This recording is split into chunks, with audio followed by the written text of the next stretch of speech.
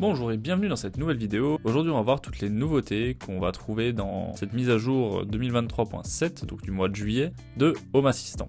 On va voir tout de suite après l'intro.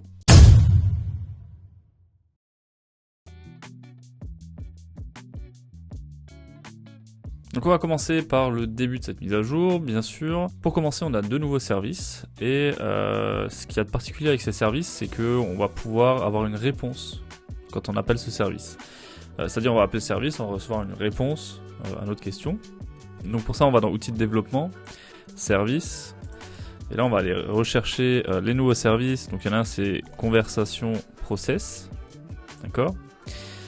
Donc là en fait c'est juste qu'on va poser une question à Home Assistant et on va recevoir une réponse. Par exemple, combien de lumières sont allumées? Et donc là on va avoir une réponse où on a tous les interrupteurs qui sont allumés actuellement. D'accord. Donc ça c'est pour conversation process, et après on a un autre, c'est calendar list event, et donc là on va lui demander, donc là il faut choisir une entité, on va prendre par exemple le calendrier là, et en duration on va choisir ici par exemple, je sais pas, 24 heures, voilà, sur les 24 heures, et on va appeler le service. Donc là moi j'ai pas d'événements qui arrivent dans les prochaines 24 heures, donc du coup c'est vide. Mais si vous avez des événements qui arrivent, ben, vous aurez les événements d'afficher. Donc pour l'instant c'est assez flou ce qu'on peut faire avec ça. J'imagine qu'on peut appeler un service avec l'assistant vocal, et donc l'assistant vocal nous répond du coup sur les événements, donc ça peut être assez sympa. Et je pense qu'ils vont ajouter au fur et à mesure d'autres services qu'on peut appeler où on pourrait avoir une réponse. Donc c'est juste le début, c'est une petite évolution pour le moment, mais ça va aller beaucoup plus loin. Ensuite, on a une autre évolution où ça va être comme un interrupteur, mais en fait c'est un verrou, donc comme un cadenas. Et donc là actuellement c'est déverrouillé. Donc on va juste l'activer, et là c'est en train de verrouiller, et là c'est verrouillé. Donc il y a un état intermédiaire qui se met. Ensuite il y a une autre nouveauté, donc c'est assez sympa, vous ajoutez une carte. Et donc on va mettre un bouton peu importe, on va mettre un petit microphone pour ceci. Et ensuite là on va pas mettre d'entité, on va supprimer l'entité, et en nom on va juste mettre assist. Et ensuite ici dans les appuis courts, les appuis longs, etc., on va pouvoir faire assist. On va pouvoir appeler l'assistant, donc on choisit notre assistant, on commence à écouter et on enregistre. Ok, là on fait terminer. Donc ça va servir à quoi? C'est par exemple si vous avez une tablette, ça c'est très pratique. Vous cliquez dessus avec votre tablette et ensuite vous pouvez lui demander quelque chose. Vous cliquez dessus et du coup ça va fonctionner. Bon, moi j'ai pas de micro de configuré, donc du coup ça marchera pas. Mais si vous avez un micro de configuré, ça va fonctionner. Ensuite nous avons autre chose dans les paramètres, les automatisations. On va créer une nouvelle automatisation. En déclencheur, ici on va choisir une phrase. Ça c'est un nouveau choix que nous avons. Donc vous mettez une phrase, et ici vous pouvez mettre une phrase qui va déclencher une action. Et donc là on va pouvoir mettre fais ceci. D'accord, par contre il faut que ce soit écrit exactement pareil. Et on va ajouter une action, on va appeler un service, la notification de l'iPhone par exemple. Voilà, et en message, bon, on va mettre je fais cela par exemple, tout simplement. Ok, on enregistre ceci, et là donc c'est test fait ceci. Voilà, donc maintenant on va retourner sur notre assistant par exemple. On retourne ici et on va lui mettre exactement ce qu'on vient de mettre, de paramétrer. Et quand on fait ceci, lui il nous répond que c'est ok. Et je viens de recevoir la notification qui me dit je fais cela. Donc ça permet de déclencher pas mal de choses, juste avec une petite phrase, donc c'est plutôt sympa. Alors ce que j'ai remarqué aussi, je l'ai un peu testé. Ce qu'il faut bien faire attention, le mieux d'ailleurs, ce qu'il faut faire en fait, c'est que d'abord vous le dictez avec Assist par exemple, avec le micro. Vous voyez le résultat de comment est transcrit ce que vous dites à Assist, et ensuite vous copiez la phrase qui a été dictée. Comme ça vous aurez un meilleur résultat, parce que il suffit qu'il manque un point ou quoi que ce soit, ça va pas fonctionner. C'est d'ailleurs l'essai que j'avais fait pendant le live, ça n'avait pas fonctionné parce que la ponctuation et les majuscules etc. c'était pas correct. Donc commencez d'abord par ici, cliquez sur Assist, vous dictez votre demande, et ensuite vous copiez le texte pour le mettre dans l'automatisation. Ensuite, vous avez une nouveauté, c'est l'entité image. Donc sur le live, j'avais pas compris. On parle bien d'une entité et pas d'une carte. Hein, faut bien penser à ça. Et donc en fait, c'est assez simple. Il faut dans votre configuration .yaml ou dans votre template .yaml, ça dépend comment vous avez configuré ça. Vous pouvez mettre template. Ici, vous mettez image avec un tiret. Ensuite, l'URL de l'image et le nom de votre entité. Ensuite, vous enregistrez, vous redémarrez, et une fois que vous avez redémarré, vous pouvez aller sur votre tableau de bord, et vous faites ajouter une carte, et là on va chercher la carte image. Une fois que vous l'avez, vous supprimez ça, et en entité image, vous pouvez choisir votre image de Porsche. Ensuite, vous enregistrez, et ici vous avez une belle image de ça, et vous pouvez également configurer d'ailleurs un bouton sur ça c'est assez sympa. Vous pouvez faire une action et par exemple appeler assist comme tout le monde a vu tout à l'heure. Un petit exemple comme ça. Mais sinon vous pouvez faire pas mal de choses grâce à ces actions-là. Et voilà pour l'entité image. C'est plutôt assez simple. J'avais pas compris pendant le live et du coup j'ai bien fait de regarder parce que ça va être sympa de configurer tout ça.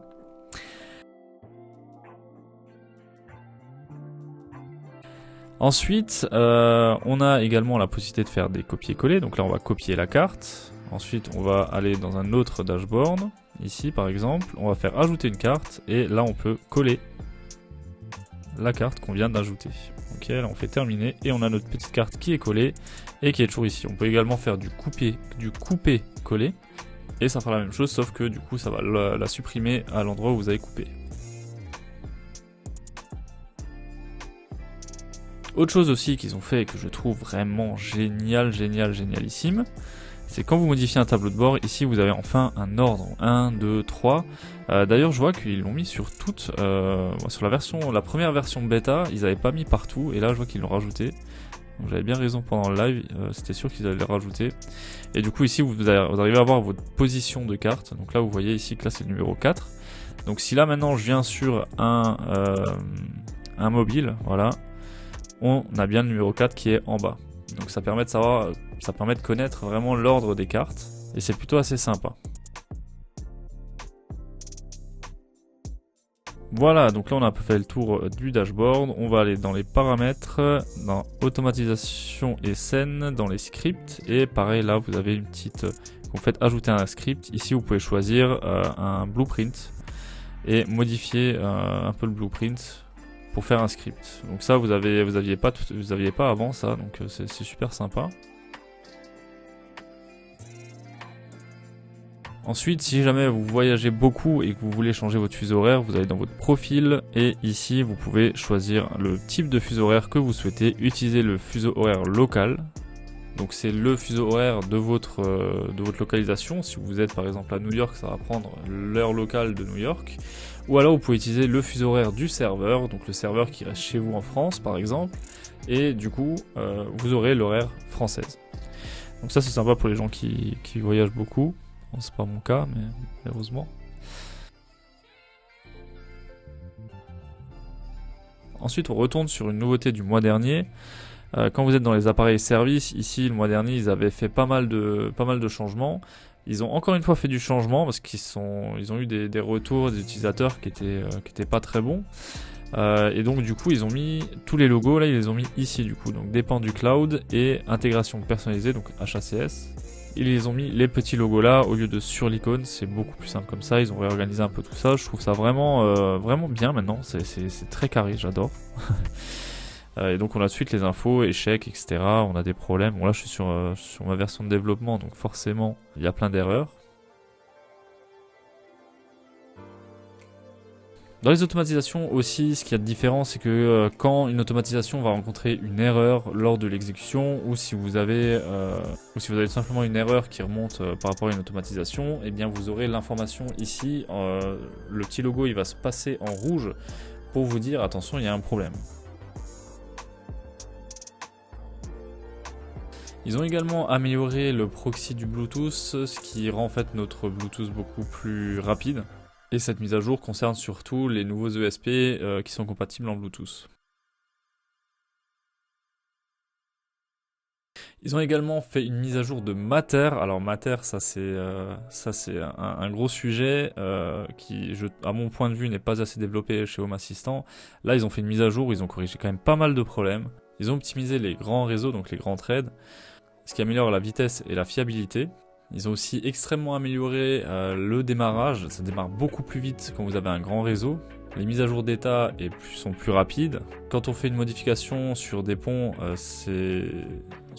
des routeurs, c'est beaucoup plus rapide également. Ils ont amélioré la journalisation des activités, donc tout ce qui est log.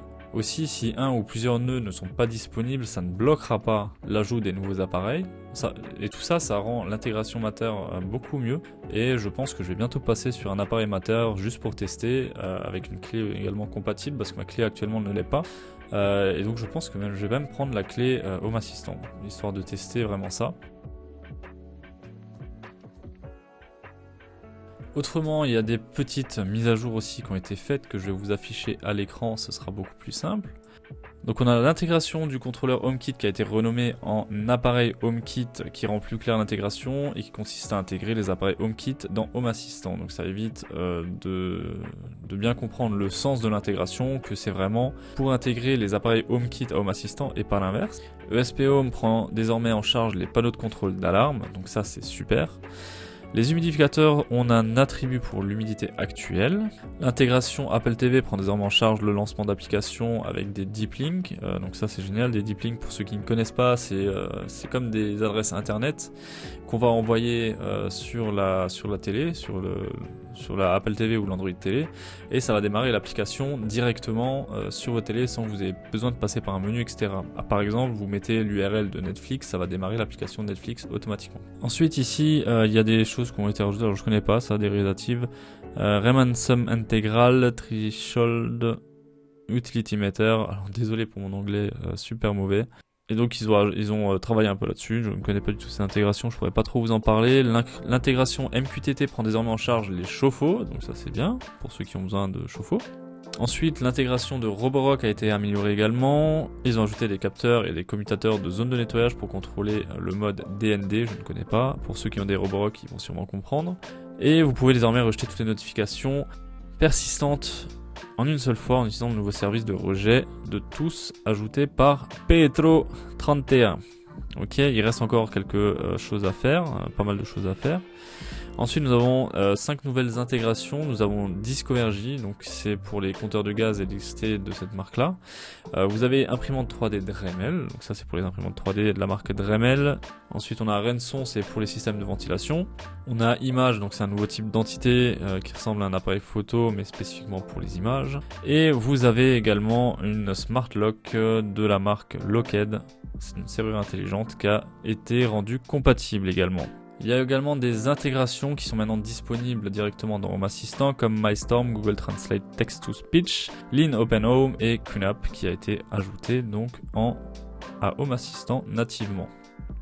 Il y a eu pas mal de breaking change aussi sur ces intégrations là, je vais pas faire le tour non plus, mais par contre là on vient de faire à peu près le tour de toute cette nouvelle mise à jour, de toutes les nouveautés de ce Home Assistant pour le mois de juillet. C'est plutôt pas mal, on a vu des meilleurs, mais voilà, c'est déjà pas mal. Voilà, j'espère que cette vidéo vous a plu et je vous en ferai une de nouveau là, le mois prochain. Je vais essayer de faire un live tout le temps un peu en amont pour ceux que ça intéresse d'avoir les nouveautés le plus vite possible, et je vous ferai une vidéo comme ça quelques jours avant le live de Home Assistant ou quelques jours après, tout dépend de ma disponibilité. Donc si ça vous plaît, abonnez-vous à ma chaîne et suivez les lives si vous êtes pressé d'avoir les nouvelles nouveautés. Sur ce, mettez un petit pouce bleu si vous avez kiffé et mettez un commentaire si vous voulez d'autres vidéos de ce style-là. Merci à tous, à bientôt.